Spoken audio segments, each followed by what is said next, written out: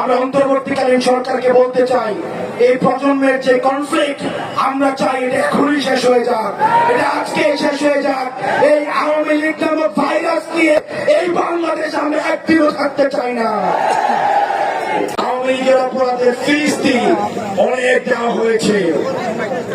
আমরা সহজভাবে যদি বলতে চাই, 100টা ফেরাউন 100টা নমরুদকে যদি একসাথে করা হয় তাহলে একটা হাসিনা পাওয়া যাবে না।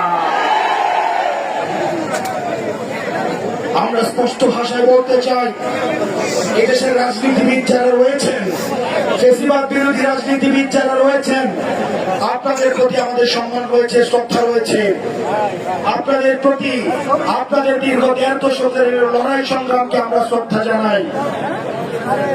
একই সাথে সাথে এই জিনিসটি আপনাদের কাছে আহ্বান জানাই, এই আওয়ামী লীগের চ্যাপ্টারটা 5ই আগস্ট ক্লোজ হয়ে গেছে, এটাকে রিওপেন করার চেষ্টা করলেন না।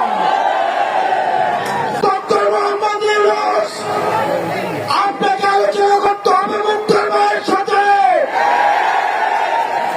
আপনাকে আলোচনা করতে হবে স্নিগ্ধর ভাইয়ের সাথে, আপনাকে আলোচনা করতে হবে ওয়াসিমের ভাইয়ের সাথে, আপনাকে আলোচনা করতে হবে আবু সাইদের বাবার সাথে, আপনাকে আলোচনা করতে হবে যাকে রাজনৈতিক কারণে উঠে নিয়ে গিয়েছে ইলিয়াসের স্ত্রীর সাথে।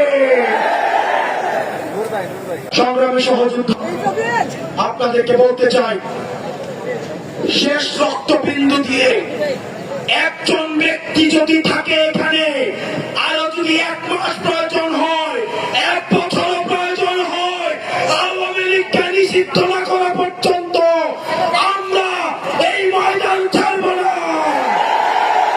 বাংলাদেশ উইদাউট আওয়ামী লীগ, আমরা সেই টাইটেল দেওয়ার জন্য আমরা কিছুক্ষণ আগে আমরা মানুষের সমাগম করার জন্য এই জায়গাটা বেছে নিয়েছিলাম। আমরা এখন এই জায়গা থেকে আমরা এখন রাস্তা ব্লকেট করব। ইন্টারিমের কানে আমাদের কথা পৌঁছায় না, ইন্টারিমের কর্ণকোহরে আমাদের আওয়াজ পৌঁছায় না।